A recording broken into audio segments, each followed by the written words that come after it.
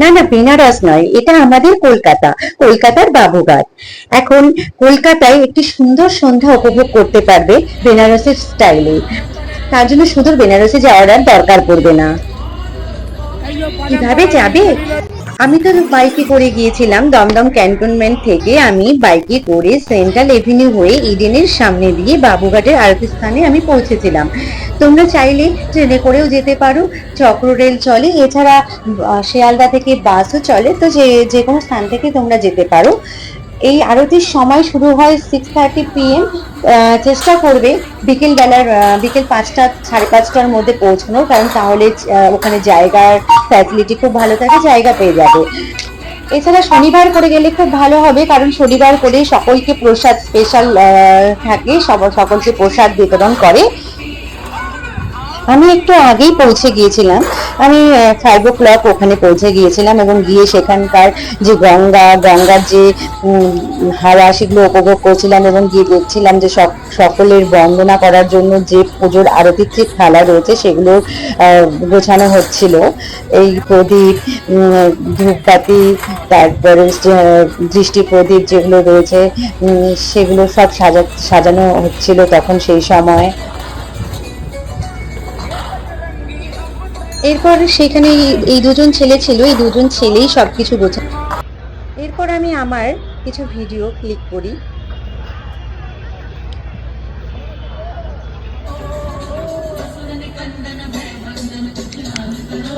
এরপর ধীরে ধীরে আমি সেই ঠাকুরের মন্দিরের কাছে যাই, গিয়ে ফটো ভিডিও করি। আশেপাশের পরিবেশ খুব সুন্দর, সামনে গঙ্গা। এত গরমে গঙ্গার হাওয়া পেলে মন যেন একেবারে শান্তি করে তোলে। আমি আর আমার বর অনেকটা দূর জার্নি করে গরমের মধ্যে বাইকে করে গেছিলাম, যার জন্য প্রচন্ড গরম লেগেছিল। আমরা ওখানে বসে হাওয়া খাচ্ছিলাম। প্রথমে ভেবেছিলাম যে চেয়ারে বসলে হয়তো ভালো দেখতে পারবো না, তাই আমরা এই সাইডে যে রেলিং গুলো রয়েছে সেই রেলিং গুলোতে গিয়ে বসেছিলাম, যাতে ভিডিওটা সামনে থেকে করতে পারি সেই আশায়। এরপর আমি ওর সাথে কিছু কথা গল্প করছিলাম, এখন ঠিক মনে নেই কি গল্প করছিলাম। তারপর ওখানে সন্ধ্যা আরতি তখনও শুরু হয়নি। তারপর আমি একটু বললাম যে গিয়ে সামনে দেখি, কতক্ষণ আর দাঁড়িয়ে বসে থাকবো। তাই সেই কারণে আমি অনেকক্ষণ করলাম। প্রচুর দর্শনার্থী এসেছিল, দর্শনার্থীর ভিড়ে মানে সমাগম প্রচুর এসেছিল, কারণ শনিবার করেই প্রসাদ বিতরণ হয়। ওখানে অ্যানাউন্সমেন্টও করে দেয় যে শনিবার করে স্পেশাল প্রসাদ বিতরণ হবে। এখানে এই যে প্রদীপগুলো সাজানো রয়েছে, এই প্রদীপগুলো পরে শেষে গঙ্গাতে ভাসাতে হবে। এই প্রদীপগুলো নিয়ে গঙ্গাতে ভাসাতে হবে। ওই যে বোটগুলো দূরে দেখা যাচ্ছে, এগুলোকে জয় রাইডস বলে। এরপর সকলে এসে দাঁড়িয়ে পড়েছে, যারা যারা বন্দনা করবে পুরোহিতেরা, তারা প্রত্যেকে যে যার স্থান গ্রহণ করেছে। ওই যে সামনে মাইকাতে দেখা যাচ্ছে, উনি প্রথমে মন্ত্রপাঠ করলো, গঙ্গা আরতি শুরু করলো। এরপরে জয়ধ্বনি দিয়ে গঙ্গা আরতি স্টার্ট হয়। এরপর সকলে মিলে শঙ্খধ্বনি দিয়ে গঙ্গা আরতি প্রথম সূচনা ঘটে, শুভ সূচনা ঘটে। এরপর একে একে বন্দনা শুরু হয়, ধূপকাঠি নিবেদন।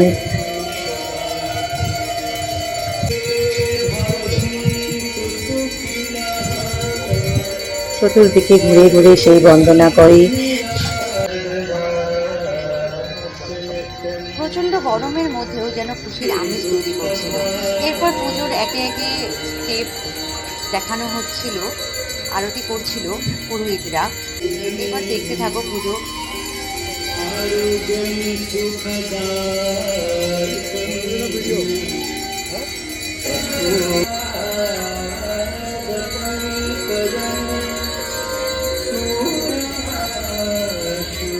দর্শনার্থীর সমাগম, সকলেই বসে আছে।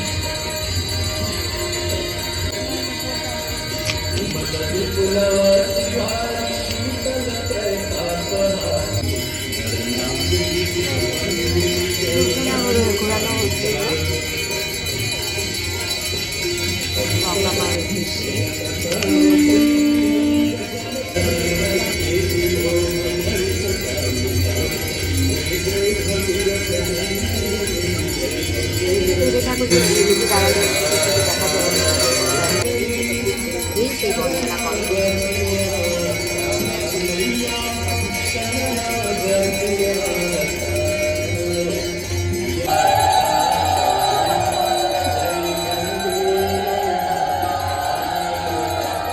শঙ্খ ঘণ্টার তালে এই আরতি দেখে যেন মন ভরে ওঠে।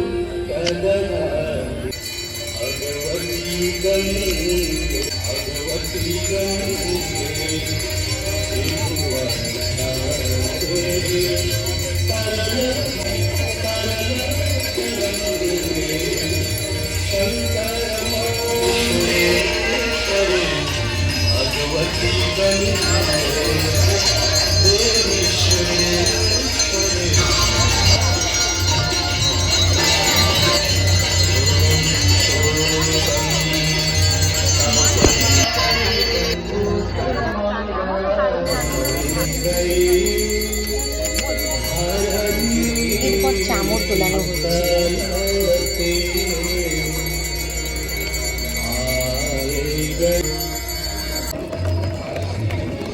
এরপর সকলে একে একে গঙ্গার ঘাটের কাছে গঙ্গার জল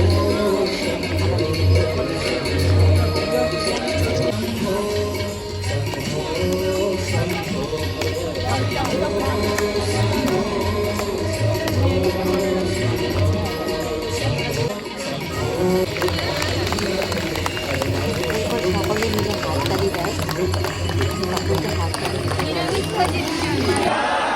এরপর ঝুঁড়ি দিয়ে পর্ব শেষ করে।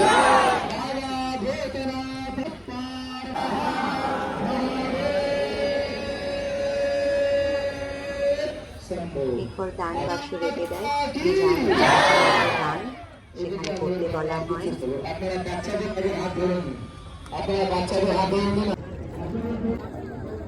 এরপর সেই যে 20 টাকা করে বললাম প্রদীপ, সেই প্রদীপ কিনে আমি কিনেছিলাম এবং সেটা দিয়ে গঙ্গায় ভাসিয়ে দিয়েছিলাম। দেখতে খুব ভালো লাগছিল সেই রাতের অন্ধকারে যখন সকলে প্রদীপ করে গঙ্গাতে ভাসিয়ে দিচ্ছিল।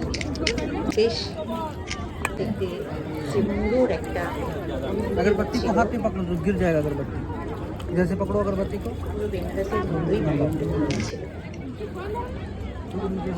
তাই আর দেরি না করে সকলেই চলে আসুন, এসে এই সুন্দর সন্ধ্যা উপভোগ করুন আমার মতো।